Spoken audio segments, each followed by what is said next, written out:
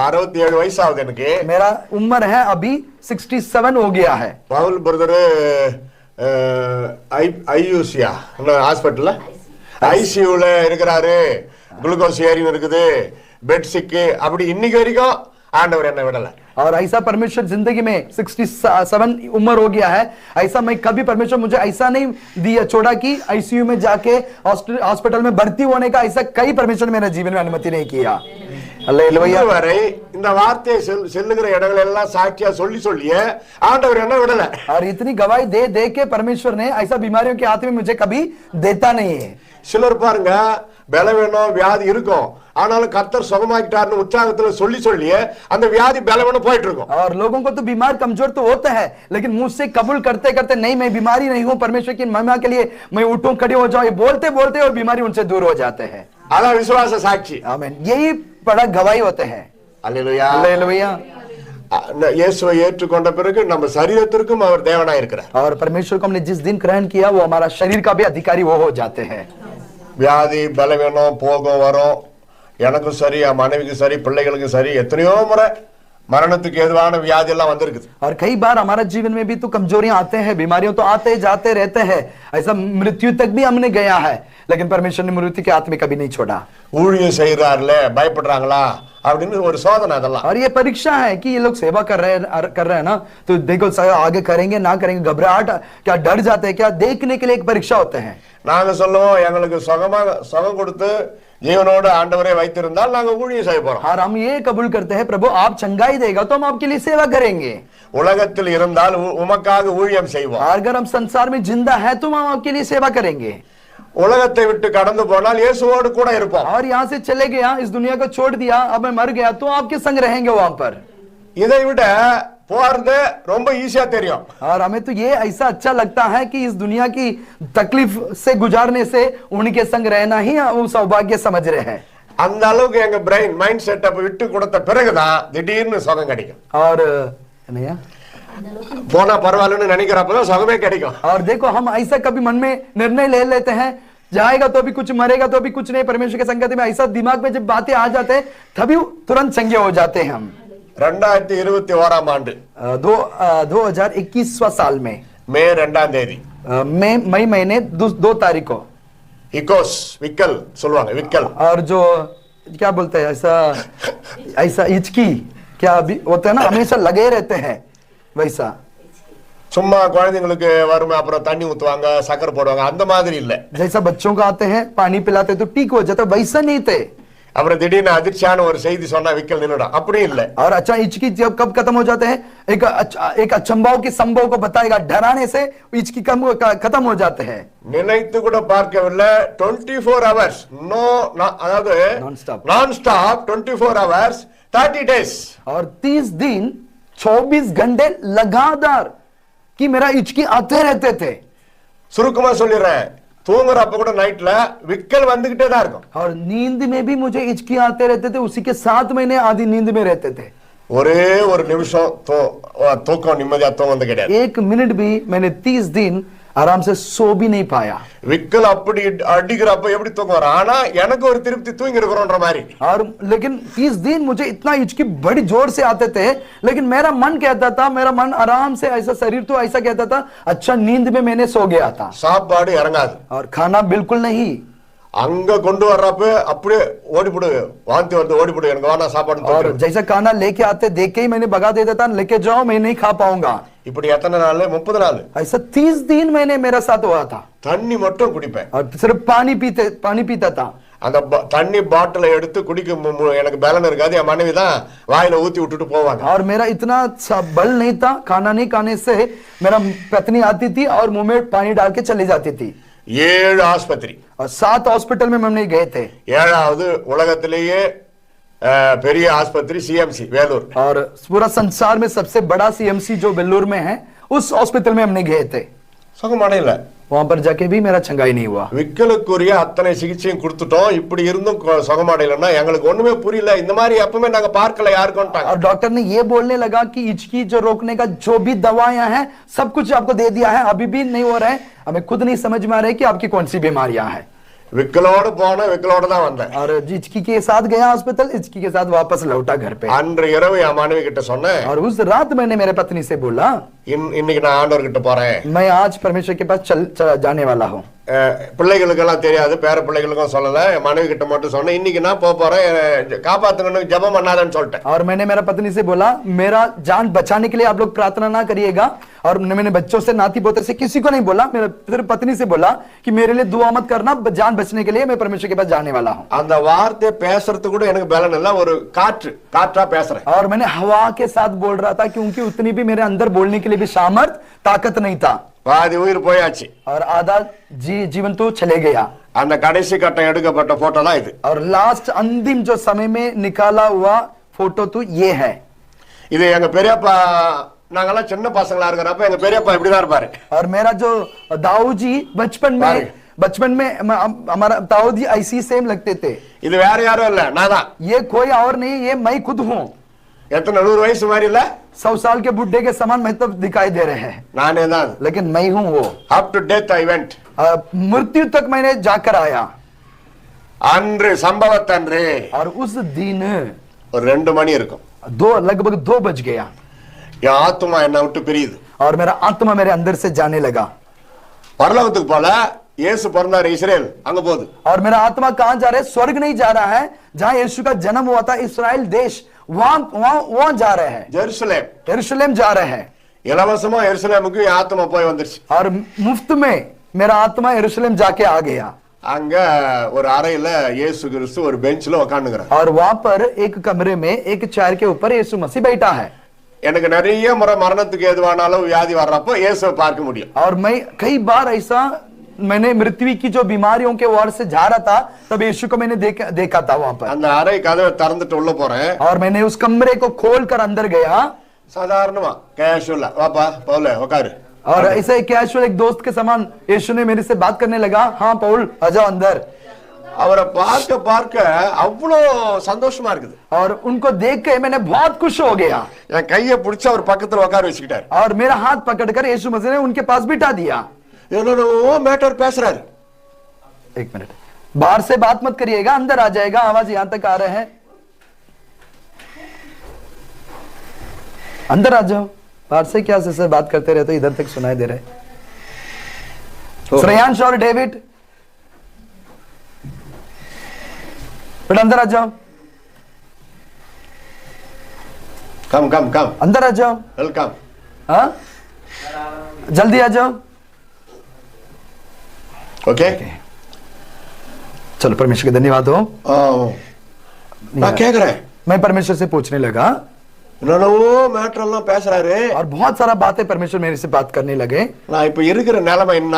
लेकिन मैं पूछ रहा हूँ अभी क्या मेरे साथ क्या करने वाला ஒரு हूँ? மாதம் விக்கல் வந்து துடியா துடித்து கொண்டிருக்கிறேன்। मैं 1 महीने से मैं इतना बीमारियों से मैं इतना तड़प रहा हूँ।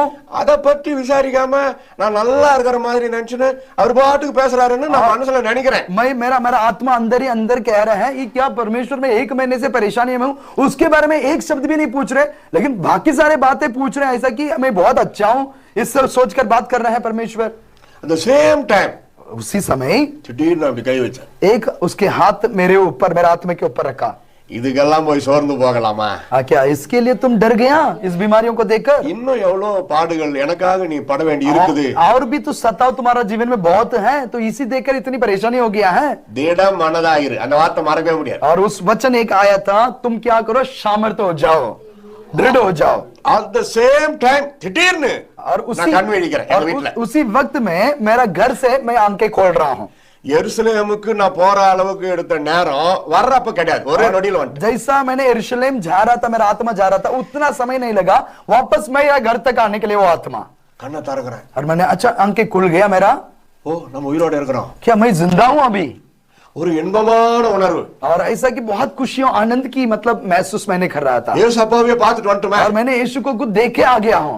அதே நேரத்துல ஒரு துக்கமான உணர்வு। और एक बड़ी दुखित भी मेरा साथ हुआ था। ஏன் தான் வந்துட்டோமோ? अरे यार वापस क्यों आ गया यार, यीशु को देखे उधर ही रहना चाहिए था। அவர் கூடவே இருந்திருக்கலாமே। अरे उसके साथ ही तो रहना अच्छा लगता था। இப்படி எல்லாம் யோசிக்கிறேன்। और ऐसा सोच में मैं पड़ गया। விக்கல் நின்னு போனதை நான் மறந்துட்டே யோசிச்சிருக்கிறேன்। 1.5 மணி நேரம் ये भूल गया, 1.5 घंटा तक मेरा हिचकी तो बीमारी तो मेरे से दूर हो गया। இயேசுநாதரே நேரடியா பார்த்துட்டு வர்றமே விக்கல் இருக்குமா? क्या यीशु को खुद जाके मैं मिलकर आ रहा हूँ तो मेरा जीवन में ओचकी का बीमारी क्या हो सकते हैं? அதுக்கு பிறகுதான் ஓ விக்கல் நின்னுச்சு நம்ம இவ்வளவு நேரம் அமைதியா இருக்கிறோமே. 1.5 घंटे के बाद मैंने सोचा अरे यार मेरा बीमारी कहाँ चले गया यार, मैं सोचने लगा। அப்பதான் என் மனைவியை கூப்பிடுறேன் மான. और मैंने चिल्ला के मेरा पत्नी को बुलाया। நான் மரிக்க போறேன்னு சொல்லிட்டதுனால கிட்ட இருக்கக்கூடாதுன்னு சொல்லி அவங்க தள்ளி போயிட்டு இருக்காங்க. वो इसलिए दूर चले गई थी क्योंकि मैंने बोला था मैं मरने वाला हूँ आज, कोई मुझे प्रार्थना मत करो, इसलिए वो दूर थी मेरे से। நைட் எல்லாருக்கும் போன் பண்ணிட்டாங்க, என்ன சொல்லிட்டாங்க, அவங்களும் நான் இப்ப வர முடியாது, நைட் ஆயிடுச்சு, காலையில வரேன்ட்டாங்க. रातों रात उन्होंने फोन भी कर दिया कि कल मेरा पति मरने वाला है करके फोन भी कर दिया। எனக்கும் தெரியாம என்ன வீடியோ கால் வச்சு அவங்க தம்பிக்கு பேசுறாங்க. அவர் வந்து பாஸ்டர் இருக்காரு ஈசிஐல. और उनकी जो भाई छोटा है वो ईजीए चर्च का जो पादरी है तो उनसे वीडियो कॉल इनको दिखाकर मतलब मरने का जो वीडियो कॉल बनाते हैं उसको दिखा रहे। அவர் சொல்லிருக்காரு அக்கா மாமா வேணி பார்க்க முடியாது, திடமனதா இருங்க, நான் காலையில வந்துடுறேன்ட்டார். और उसकी भाई ने बोलने लगा दृढ़ हो जाओ, मामा को तो कल नहीं देख सकते हैं, जिंदा नहीं देख सकेंगे, मैं सुबह आ जाता हूँ। எல்லாம் நம்பிக்கை கிடையாது, किसी को भरोसा नहीं था मैं बचूंगा। ஒரே நம்பிக்கை நான் பரலோகம் போறேன்। एक ही था, एक ही लोग सोच रहे थे कि स्वर्ग में जाने वाला है। இயேசு அற்புதம் செய்து திரும்ப கொண்டு வந்தார்। यीशु ने अद्भुत किया और मुझे वापस जिलाया। என் மனைவியை கூப்பிட்டேன் और मेरा पत्नी को मैंने बुलाया। अरे இன்னும் உயிரோட இருக்கீங்களான்னு சொல்லி வந்தாங்க। और मेरा पत्नी अचंभा हो गया, क्या आप अभी भी जिंदा हो? இயேசு அப்பாவே பார்த்துட்டேன்। और उन्होंने बोला मैंने यीशु को देखकर आया। விக்கல் நின்னு 1 மணி நேரத்துக்கு மேல ஆயிடுச்சு। 1.5 घंटे से ज्यादा हो गया, वो हिचकी की बीमारी मुझसे दूर हो गया है। அற்புதமா சுகமாக்கிட்டாரு। अद्भुत रीति से परमेश्वर ने मुझे चंगाई दिया। மீதி நான் நாளைக்கு சொல்றேன்। और आगे कहानी बाकी कल मैं बताऊंगा सुबह। அவங்களும் எனக்கு இந்த பிரச்சனை வந்ததுல உருப்படியா தூங்கல। और क्योंकि जिस दिन वो भी सोई नहीं की मेरे बीमारियों की वजह से। அப்பப்போ அழுகை ஜெபம் இதான் அவங்க। और वो 30 दिन यही थी, रोती थी और प्रार्थना करती थी। மறுநாள் காலையில சொல்றேன் என் மனைவி கிட்ட। अगले दिन सुबह ही मैंने मेरे पत्नी से बोलने लगा பசி எடுக்குது, मुझे भूख लग रहे हैं। 1 மாசம் கழிச்சு பசி எடுக்குது। 1 महीने के बाद मुझे भूख लग रहे हैं। அப்படியா? ऐसा? போயிட்டு இட்லி செஞ்சுட்டு வந்தாங்க। और इडली बनाया लेके आया। தமிழ்நாடு ஸ்பெஷல் இட்லி। और तमिलनाडु का स्पेशल इडली बनाकर लेके आया। இங்க எல்லாம் फ्रेंच ரொட்டி। बैठ जा बेटा, यहाँ पर रोटी मिलते हैं। எங்க ஊர்ல இட்லி தோசை தான் ஸ்பெஷல்। हमारा गांव में इडली डोसा रोज होते हैं। அரை இட்லி சாப்பிட்டேன், அரை ஆஃப்। आधा इडली मैंने खाया। மறுநாள் ஒரு இட்லி। अगले दिन 1 इडली खाया। அதுக்கு மறுநாள் 2 இட்லி। उसके बाद तीसरा दिन 3 इडली खाया। அதுக்கு மறுநாள் இட்லி மட்டன் குழம்பு செஞ்சுட்டு வந்தாங்க। और चौथा दिन इडली मटन के साथ लेके आया था। 4 இட்லி। 4 इडली खाया। அந்த டேஸ்ட்ல இறங்கிடுச்சு। என்ன இறங்கிச்சு? டேஸ்ட், அந்த டேஸ்ட்ல இட்லி 4 இறங்கிடுச்சு। अच्छा, वो मटन की स्वाद से 4 इडली मैंने खा लिया। எலும்பும் தோலுமா கிடந்த நான் பழைய நிலைமைக்கு வரதுக்கு 2 மாதம் ஆச்சு। 2 महीने लग गया वापस उस शरीर की जो मेरा हालात बदलने के लिए। मैं अड्डी बिड्डी हो गया था 30 दिन ना खाने से।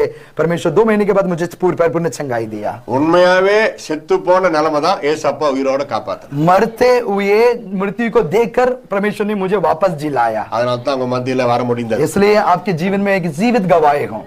Hallelujah, hallelujah. நான் உயிரோட வந்தது சந்தோஷமா? मैं आज जिंदा हूं कि आप खुश हो, इसमें आनंदित हो। आमीन। சிஸ்டர் யாராட்ட அவர் கொஞ்சம் உடம்பு சரியில்லாதவர், இடம் கொடுத்தா நல்லா இருக்கும்। உங்கத்தோட பீமா ஹாஸ்பிடல்ல வாலிபர் யாருன்னா சேர் விட்டு எழுந்து வாலிபர்கள் யாரும் இல்ல, எல்லாமே வயோதிபர்। அவர் ஐயாவுக்கும் உடம்பு சரி. ஐயா வெரி குட்। இங்க brother please please take my chair. சும்மா தான் இருக்குது, ஐயா உட்காருங்க। சொல்லுங்க சும்மா। சங்கர் பிரதர் தமிழ் தெரியுமா அவருக்கு? ஆமா, சங்கர் பிரதர் உட்காருங்க। ஓ தமிழ் நல்லா பேசுறீங்களா? தமிழுங்க அப்ப ஐயா என்ன தமிழ் ரத்தம், நீங்க அப்படி உட்காருங்க। சரி, ஒரு சேர் சும்மா இருக்குது நல்லா இல்லையா? உட்காருங்க। எனக்கு கீழ்ப்படிஞ்சீங்களா அதுவே சந்தோஷம்। आमीन, हालेलुया।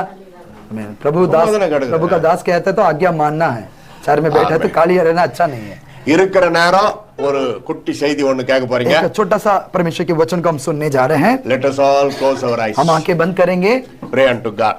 परमेश्वर से प्रार्थना करेंगे। God wants to speak with us. परमेश्वर आपसे बात करना चाहते हैं। However, we sitting and hearing word of God. हम कभी भी परमेश्वर के सम्मुख में आके बैठ जाते हैं परमेश्वर के वचन सुनने के लिए। God will bless you. और परमेश्वर आशीष देता है। All in all. और सारे आशीषों मिलते हैं। சகல நன்மைகளால் கர்த்தர் உங்களை நிரப்புவார்। सारे भलाइयों से परमेश्वर भरने वाला है। உடம்பை மாத்திரம் இங்க வைத்து விட்டு உள்ளம் எங்கேயும் அலைய கூடாது। शरीर सिर्फ यहाँ और मन इधर उधर भटकना नहीं।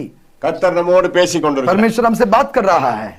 பரிசுத்தமுள்ள எங்கள் பரலோக பிதாவே, स्वर्गीय पिता परमेश्वर, இந்த நல்ல காலை வேளைக்காய் உமக்கு आज ஸ்தோத்திரம். के सुंदर समय के लिए धन्यवाद। இப்பொழுதும் நீர் என்னோடு பேசும், आज हमारा साथ आप बात करिए, எங்கள் अனைவரோடும் பேசும். हमारा सबके साथ बात करिए। இந்த வார்த்தைகளை கேட்டு நாங்கள் பிரயோஜனப்பட உதவி செய்யும். आपकी वचन से हम प्रभु परमेश्वर की आशीष हम देखने पाए, இந்த வார்த்தைகள் எங்களுக்கு ஆசீர்வாதமா இருப்பதா. और आपकी वचन हमारे लिए आशीष की कारण बने। போதகரையும் குடும்பத்தையும் சபை விசுவாசிகளையும் ஆசீர்வதியும். पास्टर और उनकी पत्नी और उनके सारे कलीसिया के परिवारों को भी आशीष दो। மிகுந்த நன்மைகளோடு வீட்டிற்கு செல்ல கிருபை செய்வீராக. भलाई के साथ भरपूर आशीष के साथ घर जाने के लिए हर एक को आशीष दो प्रभु। அன்பு பிள்ளைகளால் நம்முடைய நாமம் மகிமைப்படுவதாக. और इन लोगों के द्वारा आपकी नाम की महिमा हो प्रभु, இயேசுவின் நாமத்தில் ஜெபிக்கிறோம். यीशु के नाम से आमीन आमीन சத்தமா ஆமென் சொன்னீங்களா? आमीन बोला आप लोग ने, आमीन।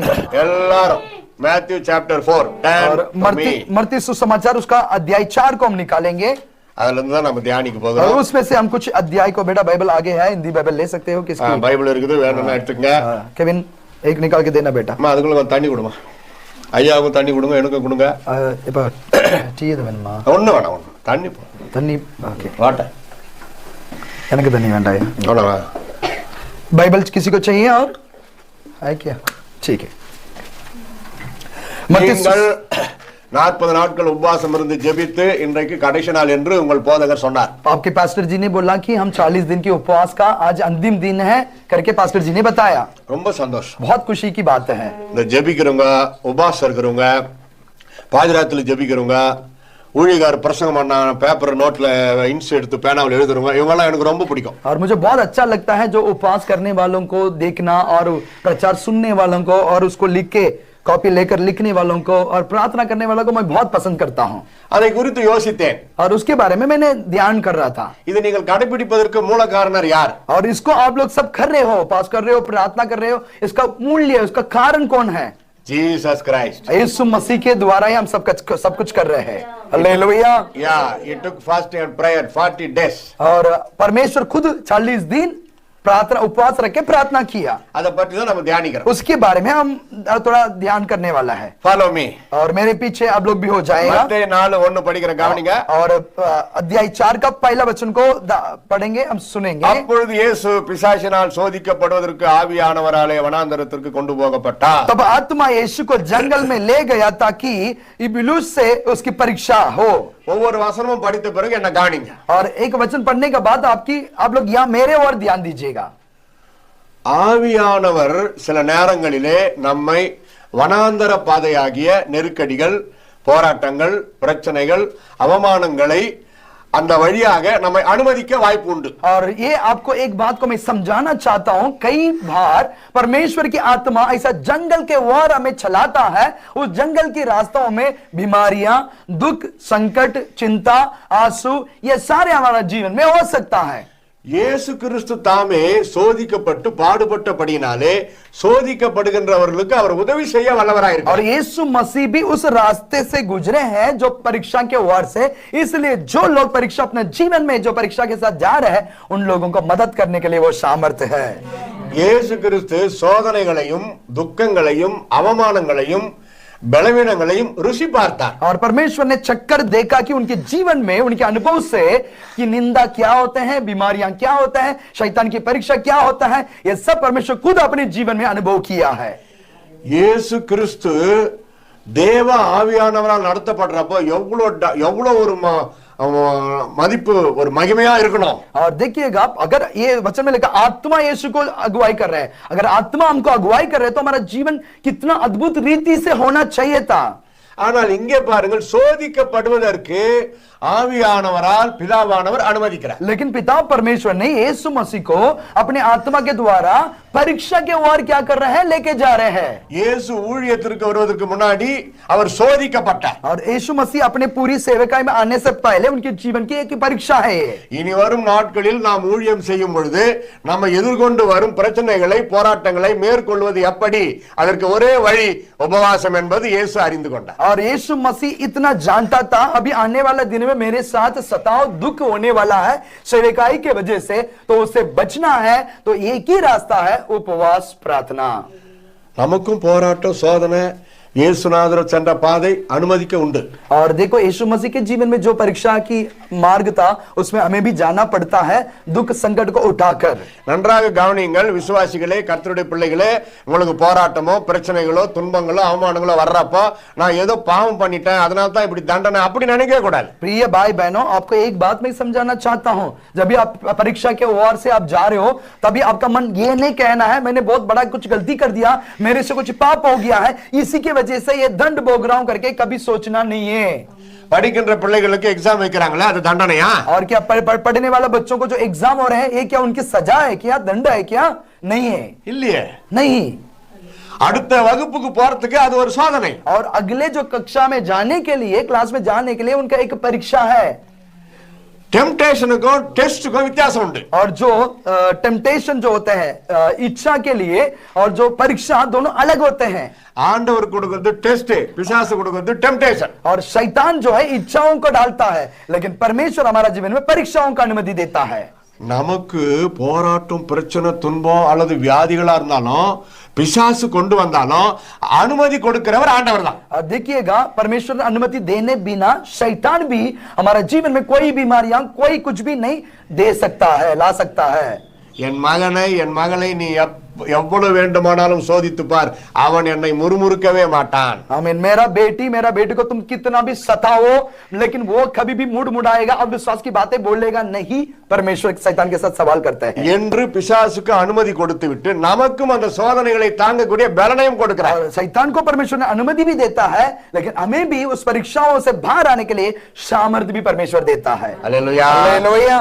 சோதனைகளை சகிக்கிறவன் பாக்கியவான், அவன் உத்தமன் என்று விளங்கின பின்பு தாம் வாக்குத்தத்தம் பண்ணின ஜீவ கிரீடத்தை அவன் பெறுவான். और जब भी परीक्षाओं के साथ जो गुजर रहा है वो लेकिन उसको संभाल लेता है, लेकिन उसके बाद जो है परमेश्वर ऐसा सामर्थ्य देता है ताकि उनकी गवाही वो बन सके. हालेलुया. உலக பிரகாரமான ஓட்ட பந்தயத்திலயோ அல்லது எந்த விளையாட்டு போட்டியில ஜெயித்தாலும் ஒரு பிளாஸ்டிக்கோ ஓலமாட்டோ ஏதோ ஒரு கிரீடம் வைப்பாங்க தலைமையில. संसार में हम कंपटीशन में जीतने के बाद हमारे लिए कुछ तोहफा या मुकुट हमें लगाया जाता है. அதுக்கு மனுஷன் அலையறான். उसके लिए भी आजकल लोग दौड़ रहे हैं पीछे संसार की वस्तुओं के पीछे. ஒரு ஓட்ட பந்தயத்தை போல இந்த உலகத்தில் சோதனை போராட்டங்களிலே ஜெயித்தவர்களுக்கு பரலோகத்தில் உண்மையாகவே ஜீவ கிரீடம் அதிலே மாணிக்க கற்கள் பதிக்கப்படும். आमीन. इस संसार की दौड़ में जीतने वालों को ही इतना बहुमूल्य जो गिफ्ट इनाम दिया जाते हैं, तो परमेश्वर के लिए सताव को उठाकर परीक्षाओं के बीच में सच्चाई को लेकर दौड़ने वालों को जय पाने के बाद कितना सुंदरता जो मुकुट वहां पर लगाया जाता है. हालेलुया. ஆமென். அடுத்த வசனம் பாருங்க. और उसका दूसरा वचन को देखिएगा. அவர் இரவும் பகலும் 40 நாள் உபவாசம் இருந்த பின்பு அவருக்கு பசி உண்டாயிற்று. और वह 40 दिन और 40 रात निराहार रहा, तब उसे भूख लगी. It took 40 days fasting. 40 दिन उन्होंने प्रार्थना किया வனாந்தரத்திலே தங்கி இருந்தார். और जंगल में वो रहता था. வீடு கிட்டதான், டெய்லி நைட்ல வீட்டுக்கு வந்து தூங்கி எழுந்து மறுநாள் அவர் போயிருக்க முடியும். ஆனால் அவர் வரல, அங்கேதான் இருந்திருக்கிறார். और देखो उनका घर नहीं था इसलिए कि वो अपने घर भी नहीं आ पाया था, वो जंगल में रहता था. இதுல இருந்து என்ன தெரியுதுன்னா, நீங்க உபவாசம் இருக்கிறப்ப கொஞ்சம் தனியா வரணும். और आपको समझना है 40 दिन वो जंगल में था, परमेश्वर ना अपने परिवार में आके मिलजुले, तभी भी आप लोग उपवास रखते हो तो थोड़ा अलग आपको होना रहना जरूरी है. தனி உபவாசம் தனியா இருக்கணும், குடும்ப உபவாசம் குடும்பமா இருக்கணும், சபை உபவாசம் சபையில இருக்கணும். परिवार के साथ आप अकेला उपवास कर रहे हो तो आप अकेला रहो, परिवार के साथ उपवास कर रहे हो परिवार के साथ मिलके क्या करो, प्रार्थना करो. कलीसिया के साथ आप उपवास प्रार्थना कर रहे हो तो कलीसिया में आकर प्रार्थना करो. என் மனைவி பிள்ளைகளை நான் சர்ச்சுக்கு அனுப்பிட்டேன், இன்னைக்கு உபவாச ஜபம் அன்னைக்கு நான் சர்ச்சுக்கு போக முடியல, ஆனா நான் உபவாசத்தோட நான் வேலைக்கு போறேன், அது சரி கிடையாது. और ये नहीं बोलना है पति को मैंने कलीसिया भेज दिया, बच्चों को कलीसिया भेज दिया, मैं काम पे जा रहा हूं, उपवास रख के काम पे जाना ये अच्छी बात नहीं है. சாப்பிட்டு வேலைக்கு போலாம், வேற என்னைக்காவது உபவாசம் இருந்து சபைக்கு எல்லாரும் வரணும். और जिस दिन आपको खाना खा लो, काम पे चले जाओ, कोई दिक्कत नहीं है, लेकिन उपवास रखा है तो कलीसिया में के जरूर प्रार्थना करना जरूरी है. இயேசு கிறிஸ்து உபவாசம் இருந்தார், உபவாசத்தை தம்முடைய சீடர்களுக்கு கற்றுக் கொடுத்தார். और उपवास प्रभु ने उपवास रखा और अपने चेलों को भी उन्होंने सिखाया भी. உபவாசம் என்பது கர்த்தருடைய பிள்ளைகளுக்கு கண்டிப்பா கடைபிடிக்கப்பட வேண்டிய ஒன்று. और उपवास प्रार्थना जरूरी है, हर एक मसीह भाई बहनों उनको क्या करना है, पूरा करना है.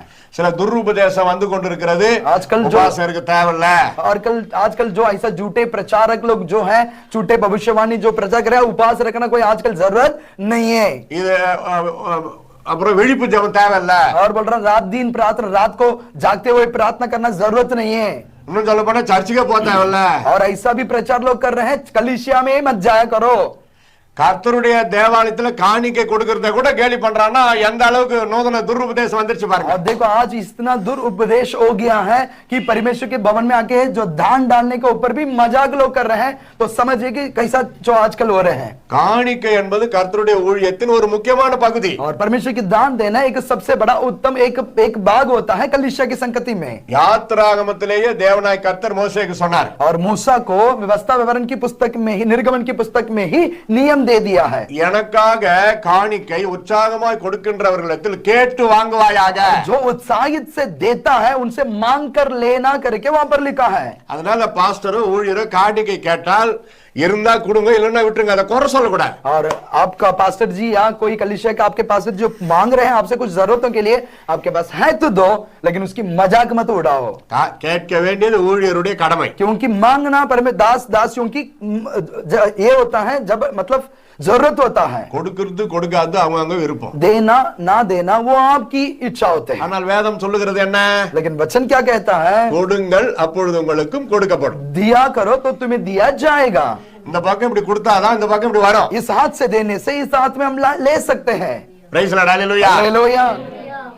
உபவாசத்தை குறித்து பல உபதேசங்கள் பரிசுத்த வேதத்தில் சரியா எழுதப்பட்டிருக்கு. और वचन में उपवास के बारे में एकदम साफ लिखा गया है. இதனால நம்முடைய ஆன்மா சீர்படுகிறது. इसके उपवास के द्वारा हमारा आत्मा क्या होता है? सिद्ध होता है. நம்முடைய உடம்பு முழுமை அடைகிறது. हमारा शरीर भी क्या होता है? परिपूर्ण होता है. பிசாசு சொல்வான் உபவாசம் இருக்காத வயித்துல அல்சர் வரும், शैतान कहेगा उपवास मत रहकर बीमार हो जाएगी, உடம்பு வியாதி வரும், शरीर में बीमार हो जाएगी, முழு ஜெபத்துக்கு போகாத, आज रात की प्रार्थना में मत जाया करो, உடம்புல பல விதமான பிரச்சனை வந்துரும், शरीर में बहुत बड़ा दिक्कत आ जाएगा. அப்படி முழு ஜெபத்துக்கு போயிட்டு உபவாச ஜெபத்துக்கு போய் என்னத்த கண்ட? और तू उपवास प्रार्थना रख के उपवास प्रार्थना में जाके या रात की प्रार्थना में जाके तेरा जीवन में क्या बदलाव आ गया? இப்படி எல்லாம் பிசாசு சொல்லுவான். ऐसा शैतान बातें डालते हैं दिमाग में. பிசாசுனா யாரு? எல்லாம் நம்ம சொந்தக்காரர் தான். और शैतान मतलब कोई नहीं, हमारा रिश्तेदारी है. சொந்தக்காரன் நம்ம மேல ரொம்ப அன்பா, அதனால முழு ஜெபத்துக்கு போகாதன்னு. और हमारे रिश्तेदार हमसे बहुत प्रेम करते हैं, इसलिए कि वो प्रार्थना जाने रोक रहे हैं. அது அன்பு இல்ல, वो प्रेम नहीं है. நயவஞ்சகம். और वो ये क्या है? अपने वंश में शैतान की चाल होता है. பரிதாபப்படுற மாதிரி நடிப்பாங்க. और ऐसा कि हमारा ऊपर दयाधिकार है कि बीमार ना हो जाए. கர்த்தரிடத்திலிருந்து நம்ம பிரிக்க வகை பார்ப்பார். लेकिन वो प्रार्थना से परमेश्वर से आपको दूर कर रहे हैं. கர்த்தருக்கு செவி கொடுக்கணும். परमेश्वर की हमें कान लगाना है. அப்படிங்களா? உபவாசம் ஜெபம் பண்ணா உடம்பு பாதிக்கப்பட்டுருமா? முழு ஜெபத்துக்கு போனா உடம்பு எதனா பிரச்சனை சரிங்கன்னு சொல்லிட்டு நம்ம பாட்டு நம்ம வந்துடணும். और देखो बस सुनना है उनकी बात को. क्या अरे उपवास प्रार्थना में जाने तो बीमार हो जाएंगे, रात की प्रार्थना में जाने से संगति में जाने तो हमें दिक्कत हो जाएगा. सुनना है लेकिन उसकी बात को मानना नहीं, वैसा ही चले आना है. யாரு என்ன சொன்னாலும் அமைதியா கேட்டுக்குங்க. और कोई भी कुछ भी बोले धीरज से उसको सुन लीजिएगा. ஆனா கர்த்தர் சொல்லுகிறதற்கு மட்டும் கீழ்ப்படியுங்கள். लेकिन जो परमेश्वर आपसे कहते हैं उसका सिर्फ क्या करिएगा? कान लगाएगा. இயேசு 40 நாள் அருமையாய் தெளிவா உபவாசம் இருந்தார். और एकदम शुद्ध एकदम साफ सुथरा एक उपवास परमेश्वर 40 दिन रखा था. அங்க சுத்தமா அந்த காலத்துல அங்க தண்ணீர் நல்லா அப்படி தோண்டனா போதும், தண்ணி வரும். அந்த சுத்தமான தண்ணீரை குடித்து கொண்டுதான் அவர் அங்க சாப்பிடாம தான் இருந்தார், தண்ணீர் குடித்தார். आमीन, हालेलुया, आमीन. लेकिन परमेश्वर ने वहां पर निराहार रहा था, एक भी थोड़ा जरा सा भी खाना नहीं खाया, लेकिन पानी वहां पर क्या करते थे? पी रहे थे. இப்போ உபவாசம் முடிந்தது. आज उपवास का दिन खत्म हो रहा है. இயேசு கிறிஸ்துக்கு பசி உண்டாயிற்று. अभी परमेश्वर को भूख लग गया. அவர் மனித குமாரனாக வந்ததனால நமக்கு எப்படி பசி எடுக்குமோ அவருக்கும் பசி எடுத்தது. जैसा वो मनुष्य का रूप लेकर आया है, इसलिए हमारा जैसा भूख लगता है वैसा उनको भी भूख लग गया. இப்போ அங்கிருந்து நடந்து வீட்டுக்கு வந்து கண்டிப்பா அம்மா சாப்பாடு சமைச்சு வச்சிருப்பாங்க. அவங்களுக்கு தெரியும் பையன் 40 நாள் உபவாசம் முடியுது, வருவாரு, சாப்பாடு கொண்டு ரெடி பண்ணி வச்சிருப்பாங்க. और मरियम को अच्छा पता था कि बेटा अभी उपवास खत्म होगा, जरूर घर पे आएगा, सब खाना तैयार करके रखना है. இப்போ குறுக்கே ஒருத்தன் வந்தா பாருங்க. और आते आते ही बीच में एक बंदा आ गया. நம்பர் 3 तीसरा वचन.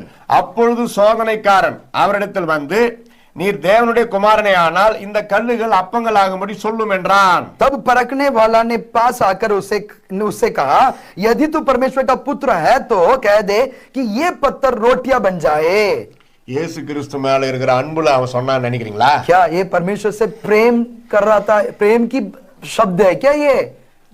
பரலோகத்திலிருந்து ஒரே தட்டு தட்டினாரே கீழே அவன் பழி வாங்காம இருப்பானா? क्या स्वर्ग से उसको गिरा दिया है तो वो क्या है परमेश्वर की मतलब क्या अच्छा पूरा अच्छा भलाई थोड़ी वो सोचेगा। டெக்னிக்கலா இயேசு கிறிஸ்து மனதை மயக்க பார்க்கிறான். और परमेश्वर को क्या कर रहा है, दिमाग को मतलब सोच को वो भटकाना चाहते हैं, उसको फंसाना चाहते हैं। 40 நாட்கள் நோன்பு விரதம் உபவாசம் உடம்பு களைத்து விட்டது அல்லவா தேவகுமாரனாகிய இயேசுவே, பிசாசு பேசுறான். शैतान ऐसा बात कर रहे हैं, पिता ये परमेश्वर का बेटा आप 40 दिन उपवास रखे बहुत थके हुए हो, ये लो ये रोटी बना दो खा लो, நீதான் தேவகுமாரனாயிட்டு आप तो परमेश्वर का पुत्र हैं, இந்த கல்லெல்லாம் ரொட்டி ஆக்கிடு. ये तो पत्थर है ना इसको क्या रोटी बना दो, ஒரு 10 கல்ல 10 ரொட்டி ஆக்கி 10 पत्थरों को 10 रोटी में बदल दो, எனக்கு ஒரு 5 கொடு, நீ ஒரு 5 और சாப்பிடு. मेरा 5 दे दो और तुम 5 खा लो। இயேசுனே அவன் நினைச்சா உடனே இயேசு செய்வாருன்னு. और शैतान ने समझ गया, நல்லா கவனிங்க, शैतान ने समझ गया कि செத்து போன லாசருவே உயிரோட எழுப்பின இயேசு இந்த கல்ல அப்பமாக்க முடியாதா? क्या परमेश्वर को सामर्थ्य नहीं है कि जो मुर्दा लाजर को जिलाया परमेश्वर को आमीन ये पत्थर को रोटी बनाने के लिए सामर्थ्य नहीं है क्या, कर सकता है। தண்ணீரை திராட்சை ரசமாக்கின இயேசுவுக்கு இந்த கல்ல அப்பமாக்க முடியாதா? क्या पानी को ताक रस में बदलने वाला परमेश्वर को ये जो रोटी को क्या पत्थर को रोटी नहीं बना सकते हैं? கல்லே தேவையில்ல, அப்படி கை நீட்டினாவே அப்பம் வருமே. पत्थर के क्या जरूरत है, परमेश्वर हाथ बढ़ाएगा तो भी उसके हाथ में रोटी आ जाते हैं। ஏன் அப்படி சொன்னா பிசாசு தெரியுமா? लेकिन शैतान की चाल को हमें समझना है प्रिय भाई बहनों। அவன் சொன்ன வார்த்தைக்கு கீழ்ப்படிந்து இயேசு அந்த அற்புதம் செய்திருந்தாருன்னு வெச்சுங்க. अगर शैतान की बात को मान लिया परमेश्वर और वैसा ही कर दिया तो समझ जाना है। அதை தொடர்ந்து நியூஸ் எப்படி பரவி இருக்கும் தெரியுமா அந்த நாட்டுல? और उस देश में समाचार कैसा फैल जाते थे पता है? இயேசு பிசாசின் வார்த்தைக்கு கீழ்ப்படிந்து கல்லுகளை அப்பமாக்கினார், எனவே இவர் தேவகுமாரன் அல்ல. और शैतान का ये चाल था कि परमेश्वर शैतान की बात को मान लिया और रोटी को क्या पत्थर को क्या बना दिया, रोटी को बना दिया, ये परमेश्वर का पुत्र नहीं है क्योंकि शैतान को बात को मान लिया करके क्या कर रहा था, फैलाने वाला था शैतान। இவர் பிசாசின் நண்பன், ये शैतान की दोस्त हैं, அப்படி கெட்ட பேர் வந்துருக்கும். ऐसा बदनाम परमेश्वर के नाम को व्यर्थ करने के लिए शैतान की चाल था। இன்னொரு முக்கியமான காரியம், और उसमें और एक भी शैतान की चाल है। ஆலோசனை என்னமோ நல்லாதான் இருக்குது, और सलाह तो अच्छा है शैतान की। உபாசம் முடிந்தது, நம்ம கூட உபாசம் முடிஞ்சா சாப்பிடுறோம். और उपवास के बाद हम भी खाना खा रहे हैं, அது போல உபாசம் முடிஞ்சிச்சு சாப்பிடுங்க. और तो उपवास तो खत्म हो गया, खाना खा लीजिएगा। வேற யாரனா வந்து சொல்லி இருந்தா கூட பரவாயில்ல, अगर कोई और कोई आके बोलता तो मान सकते हैं। ஏசு அப்படிதான் நினைச்சார், இந்த தடியை சொல்லி நான் கேட்கணுமா, அதனால அவர் அந்த அற்புதம் செய்யல. ये शैतान मोटा बोलकर मैं क्या मानूं इनके बातें, इसलिए परमेश्वर ने वो अद्भुत वहां पर किया नहीं। 40 நாள் உபாசம் இருந்து நான் பெற்றுக்கொண்ட இந்த வல்லமை ஊழியம் செய்வதற்காகவும் மற்றவர்களுக்கு நன்மை செய்வதற்காகவும் தானே தவிர என் வயிற்றை நிரப்பிக் கொள்வதற்காக அல்ல. அதான் இயேசுவின் தீர்மானம். परमेश्वर की सबसे बड़ा उत्तम योजना ये था, 40 दिन मैंने इसलिए प्रार्थना रखा, उपास रखे कि आगे मेरा सेवकाई को मैं क्या करूं, शुरू करूं और बंधन में जितने भी लोगों को मैंने क्या करूं, छुटकारा लेकर आऊं, ताकि इसके लिए नहीं कि मेरा पेट भरने के लिए मैंने उपास रखा नहीं। இயேசு கிறிஸ்துவின் இந்த உபவாசம் நமக்கு எவ்வளவு பாடங்களை கற்றுக் கொடுக்குது பாருங்க. यीशु मसीह के उपवास हमारा जीवन में कितना बड़ा शिक्षा को लेके आते हैं, हम क्या कितना बड़ा देखिएगा। நாம் சுயநலவாதிகளா இல்லாமல் எல்லாருக்காக வாழ வேண்டும் என்பதுதான் இயேசுவின் கட்டளை. ये परमेश्वर की सबसे बड़ा आज्ञा क्या है प्रिय भाई बहनों, हमें स्वार्थी नहीं रहना है, हम सबके लिए क्या लाभ होने वाला व्यक्ति होना चाहिए। பாருங்க, அந்த இடத்துல இயேசு பசியா இருந்து வீட்டுக்கு உடனே வந்து சாப்பிட வேண்டியதை அவன் நிறுத்தி எவ்வளவு பிராபலத்தை உண்டாக்கி இருக்கிறான் பாருங்க. देखो शैतान की चाल देखिएगा, वो घर पे आके अपना भूख को मिटाने का योजना को वो कितना बड़ा बंधन लेके आ रहे, देखिएगा उसकी बात में कितना दिमाग में बातें डाल रहे हैं। பசி உண்டாயிட்டுன்னு இருக்குது தெளிவா, இயேசுவுக்கு பசி உண்டாயிட்டு. और भूख यीशु मसीह को भूख लगी करके वहां पर लिखा है।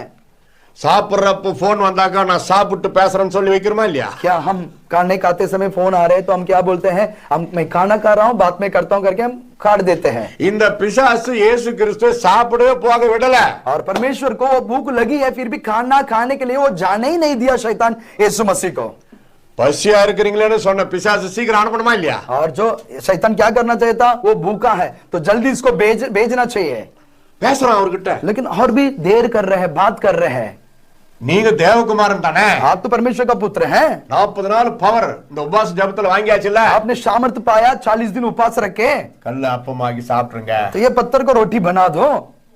இயேசு ஒத்துக்கல, परमेश्वर ने माना नहीं उसकी बात பதில் को, கொடுக்கிறார் और பாருங்க, उसको जवाब दे रहे हैं। அவர் பிரதியுத்தரமாக 4 चौथा वचन को देखिएगा, மனிதன் அப்பத்தினாலே மாத்திரமல்ல தேவனுடைய வாயிலிருந்து புறப்படுகிற ஒவ்வொரு வார்த்தையினாலும் பிழைப்பான் என்று எழுதியிருக்கிறது என்றார். यीशु ने उत्तर दिया, लिखा है मनुष्य केवल रोटी ही से नहीं परंतु हर एक वचनों से परमेश्वर के मुख से निकलता है जीवित रहेगा. ஏற்கனவே பழைய ஏற்பாட்டில் எழுதப்பட்ட தேவனுடைய வார்த்தையை அங்க ரிப்பீட் பண்றாரு. ये वचन सिर्फ नया नियम में परमेश्वर ने बोला नहीं, ऑलरेडी यही वचन पुराना नियम में लिखा है. उसी वचन को परमेश्वर शैतान के सामने बता रहे हैं. அதனால எந்த ஒரு காரியத்திற்கும் நம்ம வசனத்தை வச்சு பேசணும். इसलिए शैतान की जब भी परीक्षा आते हैं, चाल आते हैं, तो वचन से क्या करिएगा, बात करिएगा, प्रार्थना करिएगा. எங்க ஊர்ல ஒரு சில பிரச்சனை வரும், அது என்னையும் கூப்பிடுவாங்க சரி பண்ணி பேசுறதுக்கு. और हमारे गांव में कुछ परिवार में लड़ाई झगड़ा होने से उनके समाधान के लिए मुझे बुलाते थे. மற்றவங்க அந்த பாதிக்கப்பட்டவங்க அந்த குற்றவாளிகள் யாரோ அவங்களுக்கு என்னென்னவோ தத்துவம் எல்லாம் சொல்லுவாங்க. और जो किसी के साथ अपराधी है, किसी की गलती है, उनके जो पक्ष में लोग कई बातें बोलते हैं. நான் பாயிண்ட் டு பாயிண்ட் ஒரு காரியத்துக்கும் நான் வசனத்தை சொல்லுவேன். लेकिन मैं हर एक के लिए, दोनों तरफ के पार्टियों के लिए मैं वचन से बात करता हूं. அப்ப அந்த வீட்லயோ அந்த அந்த டீம்ல இருக்கிறவங்க என்ன சொல்லுவாங்க தெரியுமா? और उन जो किसके बीच में ये चल रहा है, वो लोग क्या बोलेंगे पता है? நான் இவர் பைபிள் வாசம் தான் எடுத்துக்காரு. और इसको कुछ काम नहीं है, तो कुछ भी बोले तो वचन लेके आ जाते हैं. நான் சொன்னேன் நான் பைபிள் வாசனத்தை தான் சொல்லுவேன், அது வேணாம்னா விட்டுருங்க, நான் போறேன், நீங்க பாத்துக்கங்கன்ற. और मुझे इसलिए मुझे बुलाया तो मैं बाइबल का वचन से ही मैं बात करूंगा, और अलावा मैं बात नहीं करूंगा. अगर चाहिए तो मान लो, नहीं तो मैं जा रहा हूँ. ஐயா இருங்கய்யா. और लोग बोलने लगे, वो बोलेंगे कि बैठ जाएगा. உண்மை சொல்றேன், நிறைய பிரச்சனை கடைசி கட்டம் வேத வசனத்தை சொன்ன என்னுடைய காரியத்துல தான் அது சரியா முடியும். बहुत ऐसा समस्याओं को मैंने मेरे जीवन में देखा है, जो मुझे जो भी बुलाता है उनके साथ ऐसा हुआ है, अगर वो होने वाला ही नहीं है, लेकिन वचन से बोलने के द्वारा वो कार्य वहां पर हो जाते हैं. கடைசியா நான் இப்படி தான் கேட்பேன், अंत में मैं यही पूछता हूँ, நீ பரலோகம் போக போறியா நரகம் போக போறியா? मैं यही अंत में पूछता हूँ, तुम नरक में जाने वाला है या स्वर्ग में जाने वाला हो? ஐயா பரலோகம் தான் போனேன். तो लोग बोलेंगे हाँ मैं स्वर्ग में ही जाना है. அப்போ அது நீ பண்ணது தப்பு ஒத்துக்கோ. अब तो मैं बोलता तुमने किया गलत है तो उसको मान लो, அதுக்கப்புறம் நாங்க ஹெல்ப் பண்றோம். और उसके बाद हम आपको मदद करेंगे. கண்ணீரோடு ஒப்பு கொடுப்பான். और आंसुओं के साथ वो कबूल करता है. குற்றவாளியை குற்றமற்றவனாக தீர்க்க கூடாது, குற்றமற்றவனை குற்றவாளியாக தீர்க்க கூடாது. அப்படிப்பட்டவங்களுக்கு ஐயோன்றார். और परमेश्वर ने ऐसा लिखा है, जो दोषियों को निर्दोष नहीं ठहरना है और निर्दोषों को दोषी न ठहरना है, उनके लिए क्या हाई करके वचन में लिखा है. சொந்தக்காரா இருந்தாலும் அவங்க குற்றவாளியா இருந்தா குற்றவாளின்னு ஒத்துக்கணும், அப்புறம் நம்ம தண்டனையை நம்ம ஹெல்ப் பண்ணலாம். कोई भी रिश्ते में भी हो, कितने भी घास रिश्ते हो, अगर गलत कर रहे तो गलत समझाओ, अगर सही है तो सही बोल लो. உபாசம் வந்து ஜெபம் பண்ணா போதாது, उपवास रख के प्रार्थना करने से कुछ नहीं. प्रिय भाई बहनों, இயேசு காட்டின நீதியின் பாதையிலே நம்ம நடக்க வேண்டும். धर्मी की मार्ग पर हमें चलना भी क्या है, जरूरी है. बेटा बात मत करो. आमीन. சமாதான பாதை. आमीन. जो परमेश्वर ने हमें दिखाया, समाधान के मार्गों में हमें गुजरना है, நீதியின் பாதை. और धर्मी की मार्गों पर हमें प्रवेश करना है, பரிசுத்த பாதை. और पवित्र जो मार्ग से हमें गुजरना है. அதுல போறப்ப பிசாசு சும்மா இருக்க மாட்டான். और ऐसा धर्मी जो मार्ग से जाने से शैतान चुप नहीं रहेगा, कुछ ना कुछ कार्य करेगा. பழைய ஏற்பாட்டிலே யோபை குறித்து என்ன படிக்கிறோம்? अय्यूब के बारे में हम पुराने नियम में क्या पढ़ रहे हैं? இந்த ஹோல் பைபிள் பரிசுத்த வேதத்திலேயே பாராட்டோடு துவங்குகிற ஒரே மனிதர், முதலாம் அதிகாரம் முதலாம் வசனம், உட்சு தேசத்திலே யோபு என்ற பெயர் கொண்ட ஒரு மனிதன் இருந்தான். அவன் உத்தமன், சன்மார்கன், நீதிமான், தேவனுக்கு பயப்பட்டு பொல்லாப்புக்கு விலகுகிறவன். और ऐसा लिखा एक ही पुस्तक बाइबल में, ऐसा तारीफ के साथ शुरू हो रहा है. वो अय्यूब का पहला अध्याय पहला वचन, उस देश में एक नामक एक व्यक्ति था, वो खरा और सच्चाई और बुराई से दूर रहने वाला, परमेश्वर को भय मानने वाला व्यक्ति करके तारीफ के साथ शुरू हो रहे हैं. அவருக்கே வந்தது சோதனை. और उस व्यक्ति को भी जीवन में आया एक बड़ा परीक्षा. நீதிமான், और वो धर्मी है. யோபு சரித்திரத்தை எழுதியவர் மோசே என்று சொல்கிறார்கள். और अय्यूब की जो चरित्र को लिखा है वो मूसा लिखा है. அப்படி என்றால் யாத்திராகமம் முதல் உபாகம் வரை அந்த காலகட்டத்தில் வாழ்ந்த ஒரு தேவ மனிதர். और जो उत्पत्ति के लेकर जो गिनती, जो लास्ट जो पुस्तक व्यवस्था विवरण तक बीच के जो समय में ये अय्यूब रहता था, சோதிக்கப்பட்டார். उसकी परीक्षा देखिएगा. ஒரே நாளில் ஆடு மாடு ஒட்டகம் எல்லாம் கல்தையர் சபையர் வந்து ஓட்டி கொண்டு போய்விட்டார். एक ही दिन में सब कुछ चले गया, सारे संपत्ति निकल गया, வேலைக்காரர் வேலைக்காரிகளை பட்டயத்தால் கொன்று போட்டு ஓடி, सारे दास दासियों को मारा गया वहां पर.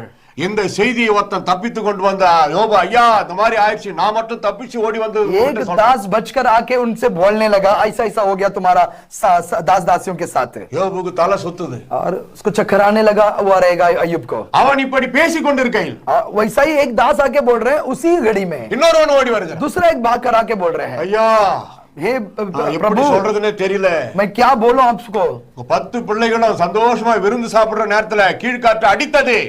दावत जब खा रहे थे तुम्हारा 10 बेटा बेटियों बच्चे एक बड़ा तूफान आया, வீடு இடிந்து விழுந்தது. और छत नीचे गिर गया, घर गिर गया, 10 பேரும் மரித்து போனாங்க. 10 के 10 आपके बच्चे मर गए, ஒருத்தர் கூட மீதி ஆகல. एक भी नहीं बचा। நான் தப்பித்து ஓடி வந்து அதை சொல்லுகிறேன். मैं एक बचकर आके आपको बता रहा हूं। யோபுக்கு எப்படி இருக்கும்? सोचिएगा अय्यूब को क्या मन कैसा हुआ रहेगा। யோபு மனைவிக்கு எப்படி இருக்கும்? अय्यूब की पत्नी के बारे में सोचिएगा।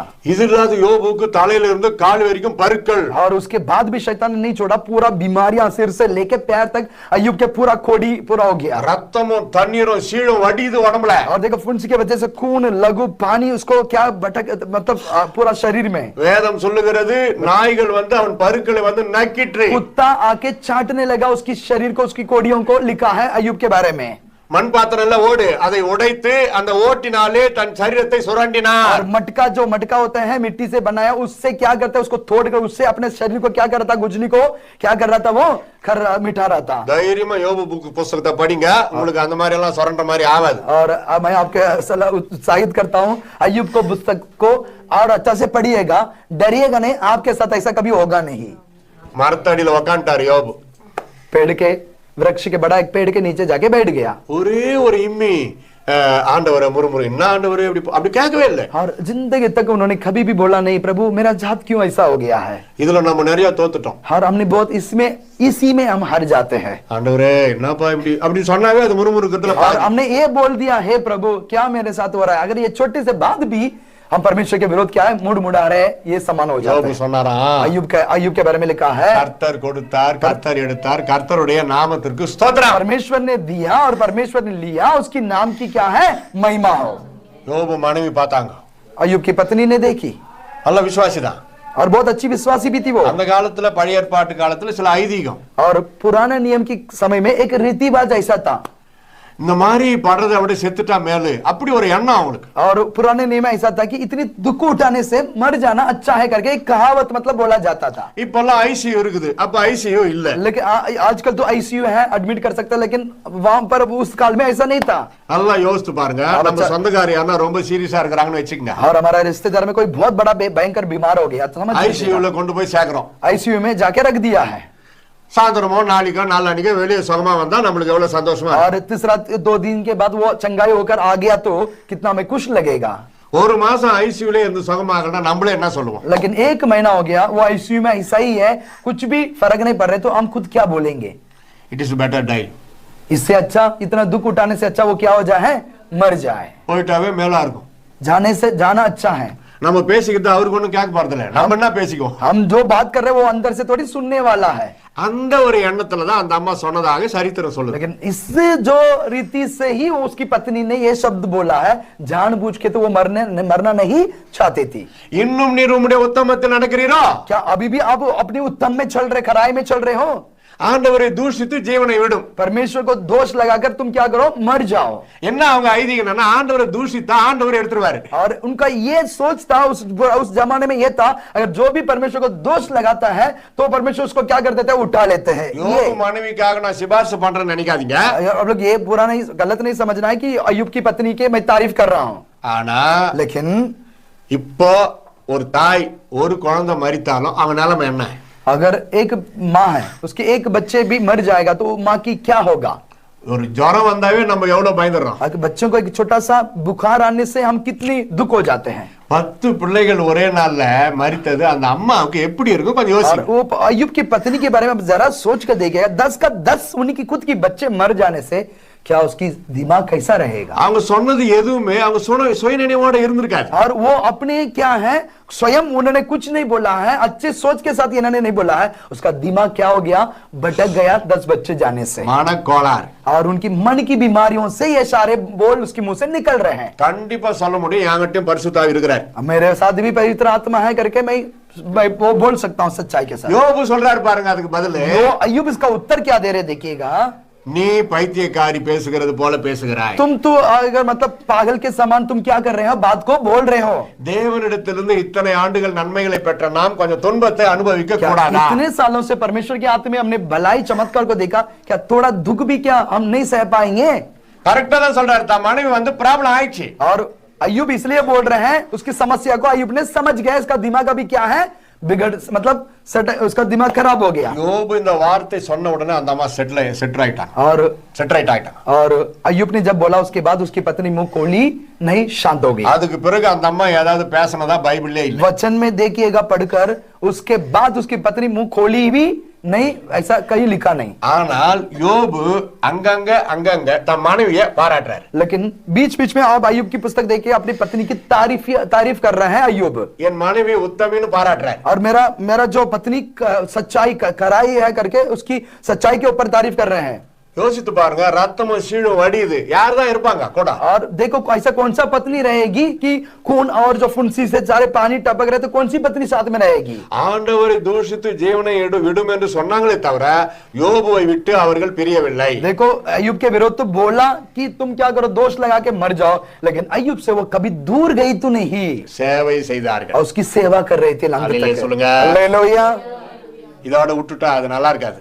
ऐसे छोड़ने से कहानी खत्म। கடைசி அதிகாரம் பாருங்கள், யோபு சரித்திரம் 42वां अंतिम अध्याय को आप पढ़कर देखिए। அந்த சூழ்நிலையிலும் யோபு தன் சிநேகிதருக்காக தான் ஜெபித்தார்। और उस वक्त में भी, हालात में भी अय्यूब ने अपने दोस्तों के लिए प्रार्थना कर रहे हैं। நீங்க கூட உங்களுக்கு என்ன போராட்டம் பிரச்சனை வந்தாலும் அதை ஒரு பக்கம் வச்சுட்டு உங்க சிநேகிதருக்காக, உங்க சொந்த பந்தங்களுக்காக, தேசத்துக்காக, தலைவர்களுக்காக, புது ஆத்மாக்களுக்காக ஜெபித்து பாருங்கள்।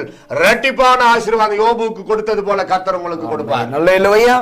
एक रहस्य आपको मैं बता रहा हूं प्रिय भाई बहनों, आपको दुगुना आशीष चाहिए। अपनी परेशानी, अपनी समस्या को थोड़ा दूर रखकर दूसरों के लिए प्रार्थना करके देखिएगा। नया आत्मा के उद्धार के लिए, देश की भलाई के लिए, पड़ोसियों के लिए, रिश्तेदारों के लिए परमेश्वर आपका जीवन में सचमुच दुगुना आशीष देगा। யோபு கடைசியில் என்ன சொன்னார்? अय्यूब अंत में क्या बोला? உடம்பெல்லாம் அழகாயிருச்சு, और पूरा शरीर भी चंगे हो गया उसका, இழந்ததெல்லாம் ரெட்டிப்பா கிடைச்சிட்டு, और उनने जो जो खोया वो सारे दुगुना आशीष मिल गया। ஆடு மாடு ஒட்டகம் எவ்வளவு போச்சோ அது ரெட்டிப்பா வந்து, सारे ऊंटों भेड़ बकरियों जो खोया था वो सारे दुगुना मिल गया। அதே மனைவியோடு சேர்ந்து வாழ்ந்து மீண்டும் 10 பிள்ளைகளை और பெற்றார்। उसी पत्नी के साथ उन्होंने वापस 10 बच्चों को जन्मा। 10 பேர் பரலோகம் போயிட்டாங்க, 10 பேர் திருப்பி பிறந்தாங்க। आमीन। 10 बच्चे तुम मर के स्वर्ग चले गया, वापस 10 बच्चे परमेश्वर ने दिया। அப்ப அதுவும் ரெட்டிப்பான ஆசீர்வாதம் தான்। वो भी दुगुना आशीष होता है। அல்லேலூயா। हालेलुया। யோபு மாதிரி பொறுமை யாருமே இல்லன்னு யாக்கோபு எழுதுறாரு பாருங்க। अय्यूब की पुस्तक में अय्यूब लिख रहा है, याकूब लिख रहा है, याकूब की पुस्तक में अय्यूब के समान कोई धीरजमंद कोई इस संसार में नहीं है। இத நீங்க கற்றுக்கொண்டால் ஒரு சின்ன காரியத்துக்கெல்லாம் முறுமுறுக்கவே மாட்டீங்க। और इसको आप लोग सीख लिया तो छोटे छोटे बातों में भी आप लोग मूड परमेश्वर के विरोध बोलेंगे नहीं। இந்த உபவாச நாட்கள் உங்களுக்கு திடப்படுத்தணும், பலப்படுத்தணும், உற்சாகப்படுத்தணும்। आज की उपवास का दिन प्रिय भाई बहन, ये उपवास के द्वारा आप सामर्थ्य और पाना है। எந்த போராட்டம் வந்தாலும் கர்த்தராகிய இயேசு கிறிஸ்துவின் நாமத்தில் அதை நம்ம மடங்கடிக்கணும்। और जो भी शैतान की चाल है, बंधन है, यीशु के नाम से हमें उसको क्या करना है? बांधना है, तोड़ना है। உபவாசம் இருந்து 40 நாள் ஜெபித்த நீங்கள் நோயாளிகள் தலைமையில கை வச்சு சுகமாக்கி ஆலயத்துக்கு கொண்டு வரணும்। आमीन। आप जो 40 दिन प्रार्थना किया है, जाएंगे कहीं भी, वहां पर परमेश्वर के चमत्कार होकर उन लोगों को परमेश्वर की भवन में लेके आना है। அடுத்தது இயேசு கிறிஸ்து உபவாசம் என்னாச்சு பார்க்கலாமா? आगे देखेंगे यीशु का उपवास क्या हो गया। 5 पांचवा वचन, அப்பொழுது பிசாசு அவரை பரிசுத்த நகரத்திற்கு கொண்டு मत्ती போய் का 4 का 5, தேவாலய துப்பரிக்கின் மேல் அவரை நிறுத்தி, நீ தேவனுடைய குமாரனையானால் தாழ குதியும், ஏனெனில் தம்முடைய தூதர்களுக்கு உம்மை குறித்து கட்டளையிடுவார், உமது பாதம் கல்லில் இடராதபடிக்கு அவர்கள் உம்மை கைகளில் ஏந்தி கொண்டு போவார்கள் என்பதால் எழுதி இருக்கிறது என்று சொன்னான்। आमीन। पांचवा वचन को एक जन पढ़िएगा जोर से। तब इब्लीस उसे पवित्र नगर में ले गया और मंदिर के कंगूरे पर खड़ा किया और उससे कहा, यदि तू परमेश्वर का पुत्र है तो अपने आप को नीचे गिरा दे, क्योंकि लिखा है, वह तेरे विषय में अपने स्वर्गदूतों को आज्ञा देगा और वह तुझे हाथों हाथ उठा लेंगे, कहीं ऐसा न हो कि तेरे पांव में पत्थर से ठेस लगे। आमीन। हालेलुया। அவன் எங்க பிடிச்சா பாருங்க, முதல்ல நம்ம தோத்துட்டோம்னா அடுத்த பாயிண்ட்ல அவன் ஜெயிக்கலான்ட்டு வசனத்தை சொல்றான்। और देखिए शैतान पहला परीक्षा में हार गया, अभी वो वचन से बोल रहा है कि वचन बोलने से क्या हो जाएगा? परमेश्वर ने वचन बोल के जीत लिया तो मैं भी वचन बोलूं। பரலோக ராஜ்யத்துல பல ஆண்டுகள் ஆண்டவரோடு இருந்த பழக்கம், அதனால அந்த பிசாசுக்கு வசனம் நிறைய தெரியும்। और शैतान को बहुत वचन पता है, क्यों? इसलिए पता है कि वो भी स्वर्ग में कई साल परमेश्वर के संग में था, इसलिए। நீங்க தேவகுமாரன் தானே? आप तो परमेश्वर का पुत्र हैं, மேல கீழே குதிங்க और ऊपर से अब नीचे गिर जाए। சங்கீதத்துல படிக்கிறோமா இல்லையா? भजन संगीता में पढ़ता है कि नहीं है? உன்னை கைகளில் ஏந்தி கொள்வார்கள், हाथ तो हाथ स्वर्गदूत उठा लेंगे, உன் பாதங்களில் இடராதபடி தங்கள் கரங்களில் ஏந்திடுவார். பாட்டு பாடுறோமா இல்லையா? हम गीत गाते हैं ना, हाथ तो हाथ उठा लेंगे, परमेश्वर तेरा पैर टेस्ट नहीं देगा। சங்கீதம் 91 இருந்து அவன் ரெஃபரன்ஸ் எடுக்கிறான். और भजन संगीता एक 91 से शैतान बात कर रहे हैं। ரெஃபரன்ஸ் பைபிளே பிசாசு கிட்ட இருக்குது. और पूरा वचन क्या है, बाइबल का कहां कौन सा वचन है, शैतान जानता है। ஓஹோ, இப்ப நீ வசனத்தை எடுக்கறியா நீ ஏசு யோசித்தார். और यीशु ने समझ गया कि तो वचन से बोल रहे हैं क्या? அதே பைபிள்ல டே லூசு, அதே பைபிள்ல என்ன வசனம் இருக்கு தெரியுமான்னு சொல்றாரு பாருங்க. लेकिन शैतान को उत्तर दे रहे, हे पागल शैतान, वो तुम वचन जानते हैं ना, वही दूसरा वचन मैं तुझे समझा रहा हूं। அதற்கு இயேசு, और तब यीशु ने उससे कहा, தேவனாகிய கர்த்தரை பரீட்சை பாராதிருப்பாயாக என்றும் எழுதியிருக்கிறது. ये भी लिखा है, तो प्रभु अपने परमेश्वर का क्या परीक्षा ना कर। இதுக்கு என்னடா சொல்றேன்னு அர்த்தம். क्या इसका मतलब तुम क्या भी जवाब देने वाले? அதுக்கப்புறம் அதுக்கு பதில் சொல்லல பாருங்க. और उसके बाद उन्होंने उत्तर दिया ही नहीं शैतान ने। அந்த விஷயத்துல வற்புறுத்தல. और उसी जो परीक्षा के लिए, दूसरी परीक्षा के लिए उन्होंने परमेश्वर का दबाव नहीं डाला। தேவ பிள்ளைகள் தேவனை பரிசோதிக்க கூடாது. परमेश्वर के लोग परमेश्वर को कभी भी परीक्षा करना नहीं है। எது உடம்புக்கு ஒத்துக்கலையோ அதை நிறுத்திடுங்க, சாப்பிடாதீங்க. जो आपके शरीर में अच्छा नहीं है, शरीर में जो वो मतलब शरीर के लिए ठीक नहीं है, उसको खाओ मत, छोड़ दो। தாராளமா வருஷத்துக்கு ஒரு முறை உங்க உடம்பை செக்அப் பண்ணுங்க, அதுக்கேற்ற மாதிரி விட்டமின் எடுங்க, சாப்பிடுங்க, நல்லா ரிலாக்ஸா இருங்க. साल में एक बार आप पूरा बॉडी चेक करो, शरीर लो, उसकी दवाई जो कमजोरी का दवाई ले लो, कोई गलत नहीं है। கர்த்தரை சோதிக்க கூடாது. लेकिन परमेश्वर की परीक्षा नहीं करना है। உலகத்துல நம்ம ஒரு கட்டுப்பாட்டுக்குள்ள வாழ்கிறோம். और हम संसार में एक नियम हमारे लिए दिया गया है, उसी में हम चल रहे हैं। பாருங்க, அரசாங்க சட்ட திட்டங்களுக்கு நம்ம கீழ்ப்படியணும். और परमेश्वर जो सरकारी कानून बना है, तो उसको हमें क्या आज्ञाकारी होना जरूरी है। பைபிள் சொல்லுது அரசாங்கத்துல வேலை செய்கிறவர்கள் கூட தேவனுடைய ஊழியக்காரர்களா இருக்கிறார்கள். और देखो, संसार में जो अधिकारी है वो भी परमेश्वर का भी क्या होता है, दास दासियां भी होते हैं। வீட்டு வரி, கார் வரி, மோட்டார் சைக்கிள் வரி, தண்ணி வரி எல்லாம் கரெக்டா கட்டணும். और सरकार की जो कानून बनाया है, टैक्स जो भरना है, गाड़ी का टैक्स भरना है, घर का टैक्स भरना है, जो भी हमारा जिम्मेदारी है उसको जरूर सच्चाई से करना जरूरी होते। प्रिय भाई बहनों, இப்ப நீங்க கார்ல போறீங்க, ஒருத்த மோட்டார் சைக்கிள் வரான், आप कार में जा रहे हो, कोई बाइक में जा रहे हैं, இடிச்சிட்டீங்க, விழுந்துட்டான். और कोई आप उसको मार दिया, वो गिर गया। நீங்க கர்த்தருடைய பிள்ளைகள் என்பது உண்மையானால் என்ன செய்யணும்? आप परमेश्वर के बच्चे हैं, तो आप सच्चाई से क्या करना चाहिए था? நீங்க ஓடிட்டா தப்பிச்சுக்கலாம், ஒண்ணுமே आप யாருக்கும் भागने से தெரியல. बच तो सकते हैं, कोई देखने वाला नहीं है, पूछने वाला नहीं है। மனசாட்சி தொடர்ந்து வரும். लेकिन आपकी मन आपको छोड़ेगा ना, मन आपको परमेश्वर की आत्मा छोड़ेगा नहीं। உடனே வண்டி ஓரமா நிறுத்தி वहां से साइड में खड़ा कर देना है, விழுந்தவன வந்து தூக்கணும். उसको जो गिर गया उसको उठाना है। அவன் மேலே தப்பு இருக்கலாம், और उसके ऊपर ही गलती हो सकता है, அவன் விழுந்துட்டான், वो गिर गया नीचे, தண்ணி ஊத்தி அவனை உயிர் வர வைக்கணும். उसको पानी बीनी देकर उसको क्या करना है, उनको संभालना है, उनको पूछताछ करना है, சாரி கேட்கணும், माफी मांगना है। இல்லன்னா வந்து அடிச்சு விடுவாங்க எல்லாரும். और नहीं है तो लोग आके हमें मारेंगे पीटेंगे।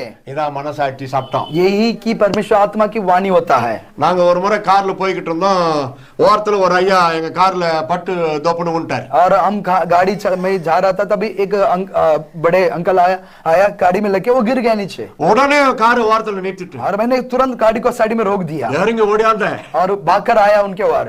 ஐயா ஐயா சாரிங்க ஐயா அப்படின்னு சொல்லி அவரை தூக்கி கட்டி பிடிச்சி பேசுறேன். और उनको मैंने अपने पास ले लिया, उठा लिया और उनसे प्यार से बात करने लगा।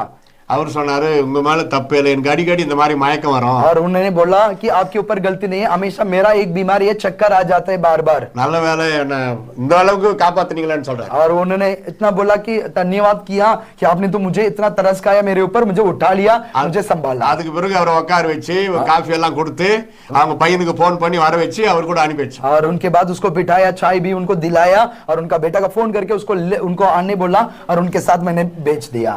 பயந்து போனது நானு, ஆனா அவங்க மன்னிப்பு கேட்டு போனாங்க. डर गया मैं, लेकिन वो माफी मांगा मेरे से। அவர் சொல்றாரு என் மேலதான் தப்புன்றாரு. वो कह रहा है कि मेरे ऊपर ही गलती, आपका नहीं है। ஆனா நாங்க உண்மையாவே கரெக்டா தான் போனோம். लेकिन हम तो सच्चाई से ही चल रहा था। எனவே எல்லா கர்த்தருக்கு பிரியமானபடி நம்ம வாழணும், சோதிக்க கூடாது. और परमेश्वर की कभी परीक्षा नहीं करना है। हम सच्चे मार्ग पर हर बार हर कार्य में सच्चाई हमारा साथ होना बहुत जरूरी है। நீங்கள் கர்த்தருடைய பிள்ளைகள் தானே? आप परमेश्वर की संतान है ना? பரிசுத்த ஆவி பெற்றிருக்கிறீர்களா? पवित्र आत्मा की शामत को पाया हुआ है? புருஷன் மனைவியை சோதிக்க கூடாது, और पति पत्नी को परीक्षा में नहीं डालना है, மனைவி புருஷனை சோதிக்க கூடாது. और पत्नी पति को परीक्षा में नहीं डालना है। வாழ்க்கையே நம்பிக்கையில தான் போகுது. और जिंदगी है एक विश्वास से ही चल रहा है। அவங்க தவறான பாதையில போற மாதிரி இருந்தா ஆண்டவர் மாத்துவார். और जो गलत रास्ता में कोई जा रहा है तो उनको परमेश्वर से प्रार्थना करेगा, उसको सुधारेगा. சோதனைக்காரன் பாருங்க, பைபிள்ல இயேசு வந்து அந்த பிசாசுக்கு என்ன பேர் வச்சிருக்காங்க அங்க? சோதனைக்காரன். और शैतान का नाम क्या दिया गया? परखने वाला. சாத்தானுக்கு நிறைய பேர் இருக்குது. பொய்யனும் பொய்க்கு பிதாவுமா இருக்கிறான். शैतान की बहुत सारा नाम है. वो झूठा और झूठ की पिता है. அவன் ஒளியின் தூதனுடைய வேஷத்தை தரித்திருக்கிறான். और वो प्रकाशमान होकर मतलब क्या, दूतों की जो क्या है रूप लेकर आते हैं. இந்த இடத்துல சோதனைக்காரன் என்று இருக்கிறது. और यहाँ पर लिखा है परखने वाला.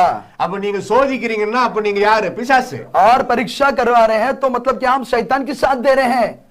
அவர் குற்றவாளின்னு நிரூபிக்கப்பட்ட பிறகுதான் நீங்க விசாரிக்கணுமே தவிர முன்கூட்டியே சோதிச்சு நீங்களே எல்லாம் பிளான் பண்ணி குற்றவாளி ஆகிட கூடாது. अगर गलत साबित होने के बाद ही हम किसी को दोष देना है, उससे पहले हम किसी को दोष लगाना नहीं है कि उनकी चाल चलन को देखकर ये ऐसा ही होंगे करके हमें निर्णय नहीं करना है. கண்ணு முன்னாடி இருக்கிற கணவரையோ அல்லது மனைவியையோ நம்பாம காணாத தேவனை நீ எப்படி நம்புவாய்? और आंखों के सामने जो पति पत्नी उनके ऊपर भरोसा नहीं रखे, जो दिखता नहीं उस परमेश्वर की क्या भरोसा रख सकेंगे? எப்படி உன் தேவனாகிய கர்த்தரை சோதிக்காதே அதே போல மனிதர்களையும் சோதிக்காதே. அது கர்த்தர் பாத்துக்குவார். परमेश्वर की परीक्षा जैसा नहीं लेना है वैसा इंसान की भी परीक्षा नहीं लेना है, वो परमेश्वर देख लेगा.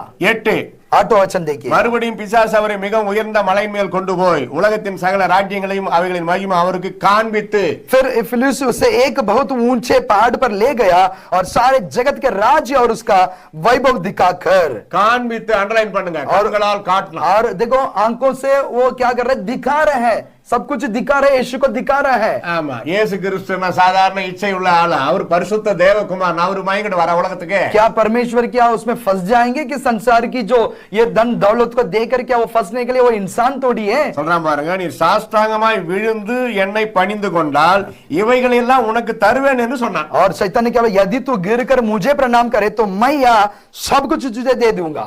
ஆண்டவர் உண்டாக்கின உலகத்தை परमेश्वर ने बनाए संसार को தேவகுமாரனுக்கு அவன் தரானாம். और वो क्या शैतान कह रहा है मैं तुझे दे रहा हूं. இது எவ்வளவு ஏமாற்று பாருங்க. इतना बड़ा झूठ है देखिएगा.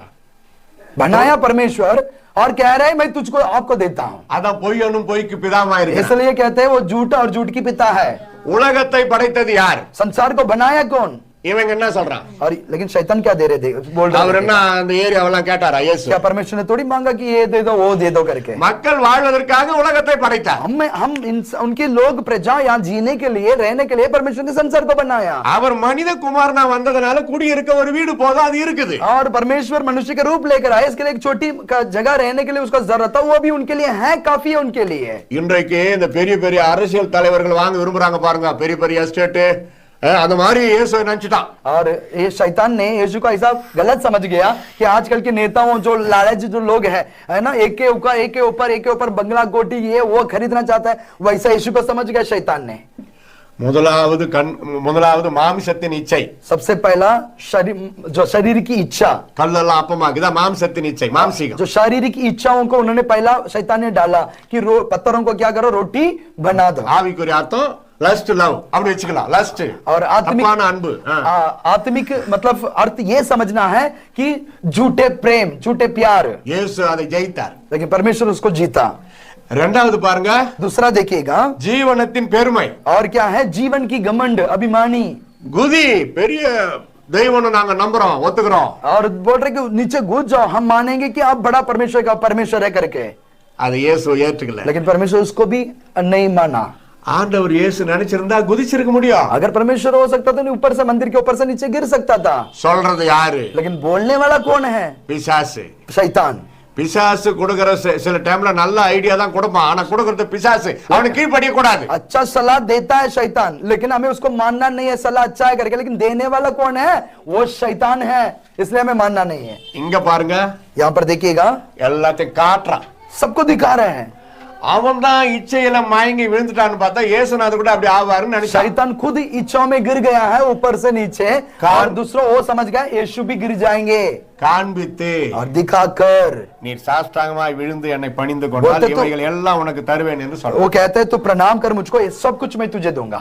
கவனிங்க, கண்களின் இச்சைக்காக, அசுத்தத்திற்காக, சொத்து பணம் ஆஸ்தி எல்லாத்தையும் இழக்கிறவர்கள் எவ்வளவு பேர் உலகத்தில் இருக்கிறாங்க. और देखिएगा आंखों की लालच की वजह से अपना तन संपत्तियों को खोने वाले बहुत सारे लोग हैं संसार में। இயேசு கிறிஸ்து முன்கூட்டியே இந்த பாவ சாபத்தை சாத்தானிடமிருந்து ஜெயித்தார். और पहला ही परमेश्वर ने इस जो श्राप को पहला ही शैतान के हाथ से परमेश्वर ने क्या जीत लिया है। நான் படைத்த உலகத்தை எனக்கே காட்டுகிறாயா? क्या मैंने बनाया संसार को, तू मुझे ही दिखा रहे क्या? அப்பாலே போ சாத்தானே. कि उन्होंने वहां पर लिखा है तू भाग जा शैतान। 10.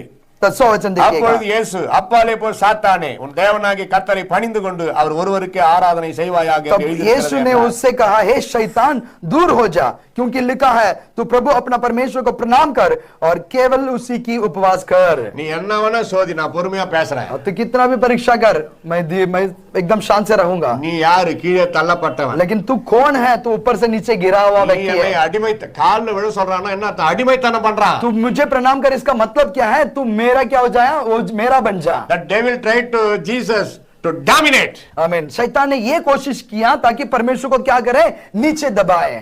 வேலைக்காரோ வேலைக்காரியோ ஏழைகளோ சில ஒடுக்கப்பட்டவர்கள் நசுக்கப்பட்டவர்கள் அடிமைத்தனம் பண்ணவே கூடாது, டாமினேட் பண்ணவே கூடாது. அவங்க அற்பமா நினைக்கிறதே தப்பு. आपके नीचे कोई है या कोई आपका दास दासी, मतलब कोई काम करने वाले लोग हैं, या आपसे कोई जो आपके पास में कोई नीच लोग, मतलब गरीबी लोग हैं, उनको कभी दबाना नहीं है और तुच्छ नहीं मानना है उनको। प्रिय भाई बहन, उनको सताना नहीं। இயேசுவின் உபவாசத்திலும் அவர் சாத்தானை சந்தித்ததனால உண்டான இந்த வார்த்தைகள் நமக்கு अनेक பாடங்களை கற்றுக் और इस परीक्षा के द्वारा परमेश्वर की शैतान के वजह से ये हमारा जीवन में भी बहुत बड़ा संभव को, एक शिक्षा को हमें देता है। இவ்வளவு பணம் தரேன் இந்த காரியத்தை செய்யின்னு சொல்லுவாங்க. और लोग कहेंगे मैं इतना पैसा देता हूं तू ये गलत काम कर। யோசிக்கணும், அது எப்படி வருது, அது யாரு கொடுக்கறாங்க யோசிக்கணும். प्रिय भाई बहनों, हमें एक मिनट सोचना, ये पैसा सच्चाई कमाई है या कोई शैतान की चाल है। அப்பாலே போ சாத்தானே என்ற மனதிலே நினைத்துக் கொண்டு ஐயா அந்த ஆசீர்வாதம் எங்களுக்கு வேண்டாம். और अगर बुरे रास्तों से बुरे काम के लिए आपके हाथ में पैसा आते हैं तो तुरंत आपका मन कहना है दूर जा शैतान, ये पैसा मेरे को चाहिए नहीं। நமக்கு ஆண்டவர் கொடுக்கிற அது குறைந்த சம்பளமா இருந்தாலும் அதை தசம்பா காணிக்க ஆண்டவருடைய ஆலயத்துல கொடுத்துட்டு மீதி சந்தோஷமா நம்ம குடும்பத்தை நடத்தணும். बड़े छोटे ही कमाई हो आपको, जो परमेश्वर का देना है वो देकर अपना परिवार के लिए जो रखना रखकर खुशी से उस पे हमें चलना चाहिए। உண்மையுள்ள மனிதன் பரிபூர்ண ஆசீர்வாதங்களை सच्चे मनुष्य पर बहुत आशीष होता है। பொலிட்டிக்கல் லீடர்ஸ் பொலிட்டிக்கல் இருக்கிறவங்கள பாத்தீங்களா? எல்லாரையும் சொல்லல, ஒரு சிலர். कुछ नेता लोग ऐसा है, कुछ नेताओं ऐसा है। जोएल बेटा, சந்ததிகள்லாம் சொத்து சேர்த்து வச்சுட்டாங்க. और देखो एक नेता क्या करते हैं, अपने संतान तक आने वाला पीढ़ी को देखा भी नहीं, लेकिन उनके लिए भी अभी जमा करके इकट्ठा करके रख दिया। ஆஸ்தியை சேர்க்கிறான், யார் அதை வாரிக் கொள்வார் என்று அறியாதிருக்கிறான். वचन में लिखा है वो संपत्ति को खमा कर रखा है, पता नहीं कौन उसको लेने वाला है। கர்த்தருடைய பிள்ளைகளே, உங்க பிள்ளைகளுக்கு ஆஸ்தியை சேர்க்காதீங்க. ஏதோ நீங்க செத்து போயிட்டா கொஞ்சம் அடிப்படை பிரைமரி ஆரம்பம் அவன் நிக்கிறதுக்கு கொஞ்சம் வைக்கலாம், தப்பு இல்ல. ஆனா அவன் நரகத்துக்கு போற அளவுக்கு சொத்து சேர்க்காதீங்கன்றார் ஆண்டவர். प्रिय भाई बहनों, वचन में परमेश्वर ऐसा कहता है संपत्ति को ऐसा कमाओ ताकि आप मरने के बाद बच्चों को अनाथ ना हो जाए, गरीबी ना हो जाए। कुछ जो जरूरत है उसको जमा करके रख दो, लेकिन वो नरक तक जाने के लिए संपत्तियों को कमा के मत रखो। ஒரு ஐயா ஒரு ஐஸ்வர்யவான் சாகரப்ப சொன்னாராம், एक ऐश्वर्यवान जो है तो धनवान मरते समय बोला, ஒரு மிஷனரிக்கு ஒரு ஊழியத்துக்கு ஒரு சபை கூட நான் காணி கொடுக்கல। और वो मरते समय बोला था कि मैंने एक मिशनरियों को, एक प्रभु की दास दासियों को, एक कलीसिया में भी कहीं मैं दान भी नहीं दिया है, சொத்து மட்டும் சேர்த்து வச்சுட்டேன், लेकिन मैंने बहुत धन दौलत को कमा के रखा है। என் பிள்ளைகள் நரகத்திற்கு போகும் அளவு, நானே நரகத்திற்கு போகும் அளவு நான் சொத்து சேர்த்து और वो வச்சிட்டேன்। पिता ने ये बोलकर कबूल किया, मेरे बच्चों खुद नरक जाने के लिए मैं खुद कारण बन गया हूँ। துக்கத்தோடு மரித்தாராம்। और वो दुखी के साथ वो अपना जीवन छोड़ा। அப்படி நம்ம நிலைமை இருக்கவே கூடாது। वैसा हमारा नहीं होना चाहिए प्रिय भाई बहनों। பூமியில அல்ல பரலோகத்திலே உங்களுக்கு பொக்கிஷங்களை சேர்த்து வையுங்கள்। वचन क्या लिखा है, इस धरती पे नहीं स्वर्ग के राज्य में आप क्या करो, अपने लिए क्या करो, जमा करो, इकट्ठा करो। நீங்கள் மாளும் பொழுது உங்களை நித்தியமான வீடுகளிலே ஏற்றுக்கொள்வார் உண்டாயிருக்கும்படி அநீதியான உலக பொருள்களினால் உங்களுக்கு ஆத்துமாக்களை சம்பாதியுங்கள்। और ऐसा लिखा है कि तुम स्वर्ग में जब आएंगे तब तुम्हारा तारीफ करने के लिए, स्वागत करने के लिए अपने धन संपत्तियों से कुछ लोगों को क्या करो, खमा लो। உங்கள் பணத்தினால, உங்கள் துணிமணிகளினால, உங்களுடைய ஆகாரத்தினால, உங்களுடைய உதவிகளினால ஆத்துமாக்கள் நீங்க கிறிஸ்தவர்கள், இயேசுவின் பிள்ளைகள் என்று உணர்வார்கள். அப்படி செய்து அவர்களை ரட்சிப்பிலே நடத்தி ஆலயத்துக்கு கொண்டு வாருங்கள். प्रिय भाई बहनों, आपकी जो मददों से, आपकी पैसाओं से लोग क्या करे, देख न पाए कि ये मसीह के लोग हैं, परमेश्वर के संतान हैं, देखकर वो भी परमेश्वर की महिमा करे और उद्धार पाए, वो भी कलीसिया के अंदर आए.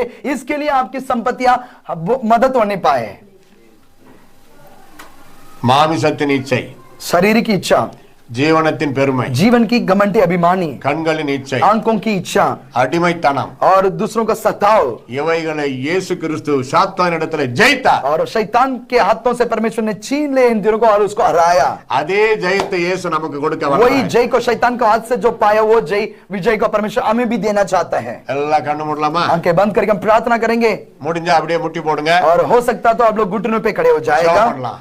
हम प्रार्थना करेंगे, हो सकता तो घुटनों पे खड़े होकर ஜெபிப்போம். और प्रार्थना करेंगे. हालेलुया. हालेलुया. आंखें बंद करके प्रार्थना करिएगा.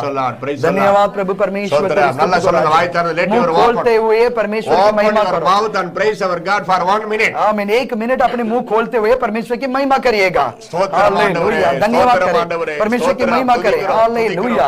पूरा शंका धरा बाला वो. हालेलुया. धन्यवाद, धन्य हो राजा, तेरी स्तुति को, तेरी महिमा हो प्रभु, अद्भुत कार्य करने वाला. ओ धन्य धन्य धन्य तेरा नाम है राजा. यीशु के नाम से, यीशु के नाम से आपके नाम की महिमा हो, अद्भुत कार्य करने वाला. ओ हालेलुया. खुदावन यीशु के नाम से. हालेलुया. இந்த பாடலை ஜெபத்தோடு கேளுங்கள். एक गाना को आप लोग प्रार्थना के साथ सुनिएगा, एक प्रार्थना के साथ इस गीत को सुनिएगा. हालेलुया. धन्यवाद प्रभु परमेश्वर, तेरी स्तुति को राजा. हालेलुया. हालेलुया. மாறிடாயம்மானே சரே ஆமாராதவரன் பெண்ணாளுமே கல்வாரி சிலுவை மீதிலே காணுதேயும் மாண்புதே இயேசுவின் மகா यीशु के बड़े प्रेम हमें அதே நாளோ उसकी गहराई को हम नहीं जान सकते हैं. यीशु के बड़े प्रेम और उस प्रेम के समान कोई नहीं हो सकता है. ஏதோ வேறில்லையே उस प्रेम के समान कुछ भी नहीं है संसार में. ஏதோ வேறில்லையே ஏதோ வேறில்லையே परमेश्वर के प्रेम सच्चा है प्रिय भाई बहनों. பாவியாக இருக்கையிலே அன்பால் பாரில் உன்னை தேடி வந்தாரே हम जब पाप में थे परमेश्वर ने ढूंढ कर आया, என்றென்னை தள்ளாமலே हमें दोषी नहीं ठहराया, நாக மாற்றிட हमें धर्मी बनाया. இயேசுவின் மகா அன்பிலே यीशु की बड़ी कृपा दया, उसकी गहराई को हम समझ नहीं पाएंगे ஏதோ வேறில்லையே और उसकी समानता कुछ भी नहीं है. ஏதோ வேறில்லையே धन्यवाद प्रभु परमेश्वर. हालेलुया. ஏதோ का बोला दर शंगा दर बला बो. ஏதோ ओ हालेलुया. உள்ளத்தால் அவரை தள்ளினோம் தம் உள்ளம் போல நேசித்ததினால் அல்லல் யாவும் அகற்றிடவே ஆதி தேவன் பலியானாரே இயேசுவின் மகா அன்பிலே यीशु के सबसे बड़ा प्रेम, அதே நாளா उसकी गहराई को हम समझ नहीं पाएंगे. இதற்கென ஏதோ வேறில்லையே उसकी समानता कुछ भी नहीं है प्रिय भाई बहनों. परमेश्वर के प्रेम के समानता कुछ भी नहीं है. ஏதோ வேறில்லையே ஏதோ வேறில்லையே ஆவியால் அன்பை பகர்ந்திட தூய தேவனின் மின் சாயல் அணிய परमेश्वर के रूप को लेकर ஆவியாலே அன்பை पवित्र आत्मा के सामर्थ्य से அவளாய் அவரை சந்திக்க आमीन. उनकी हम सामना करने के लिए जाएंगे. இயேசுவின் மகா அன்பிலே यीशु के सबसे बड़ा प्रेम, நாடோ மரியாளாகும் उसकी गहराई को हम समझ नहीं पाएंगे. ஏதோ வேறில்லையே उसकी समानता कुछ भी नहीं है. ஏதோ வேறில்லையே हालेलुया. रकाला शंगरा बला बो. उरा गदला शंगरा गदरा बला बोरिका मना बला बला बो. उरा दरा शदरा गना दरा बला बो. ஜெபம் செய்வோம். हम प्रार्थना करेंगे. हालेलुया. Thank you Jesus. தேவனாகி கர்த்தர் நம்மோடு தெளிவா பேசியிருக்கிறார். परमेश्वर ने हमसे साफ साफ एकदम बात किया है, இங்க வந்திருக்கிற அனைவரோடும் பேசியிருக்கிறார். सबके साथ हमारा साथ बात किया है. God spoke with us very simple way with you. परमेश्वर एक साधारण तरीके से आपसे बात किया है, உங்க உள்ளத்தின் ஆழத்துல பேசியிருக்கிறார். आपकी दिल की गहराइयों से वो बात किया है। விட வேண்டியதெல்லாம் விட்டுரும். छोड़ना है उसको छोड़ देंगे சேர்க்க வேண்டிய பரிசுத்தத்தை சேர்த்துக்கொள். और पवित्रता के लिए जो इकट्ठा करना है उसके इकट्ठा करेंगे। பரிசுத்தமா இருக்கிறவன் இன்னும் பரிசுத்தமா இரு. वचन में लिखा है जो पवित्र और पवित्र बने, நீதி செய்கிறவன் இன்னும் நீதி जो செய். धर्मी है और धर्मी बने। இதோ நான் சீக்கிரமா வரேன். मैं जल्दी आने वाला हूँ, அவனவன் கிரிக்கு நான் அளிக்கும் பலன் என்னோடு வருகிறது. अपने अपनी क्रिया के अनुसार उनकी प्रतिफल में लेके आऊंगा। இயேசுவின் வருகைக்கு ஆவலோடு காத்திருக்கிறவர்கள் பாக்கியவான்கள். और परमेश्वर के आगमन के इंतजार करने वाला सौभाग्य धन्य होता है। எல்லா கரங்களை தட்டி கர்த்தரை ஸ்தோத்திரிப்போம். तालियां बजाकर परमेश्वर के महिमा करें। ஹalleluya. थैंक यू जीसस, धन्यवाद प्रभु। நீர் हालेलुया, கொடுத்த வார்த்தைகளுக்காய் ஸ்தோத்திரம் आपने ஆண்டவரே. दिया वचन के लिए धन्यवाद प्रभु, எங்களோடு பேசின அன்பிற்காய் ஸ்தோத்திரம் हमारे ஆண்டவரே. साथ बात किया इस प्रेम के लिए धन्यवाद। ஊழியக்காரராக நின்று அன்பு பிள்ளைகளை நாங்கள் மனதார வாழ்த்தி ஆசீர்வதிக்கிறோம். हम इस लोगों को प्रभु परमेश्वर, हम प्रभु के दास के रूप में खड़े होकर हम आशीष देते हैं। உம்முடைய நன்மை ஆசீர்வாதங்கள் தம்முடைய பிள்ளைகளோடு இருப்பதாக. आपकी बड़ाई और आपकी आशीष हमेशा परिवार के साथ बने रहे। துதி கன மகிமை எல்லாம் உமக்கே நாங்கள் ஏறெடுக்கிறோம். सारे स्तुति आदर महिमा आपको देते हैं, இயேசுவின் மூலம் ஜெபிக்கிறோம் பிதாவே. यीशु मसीह के नाम से आमीन। ஆமென். आमीन। जोरदार तालियां बजाएंगे प्रभु के दास के लिए। अच्छा सुंदर वचन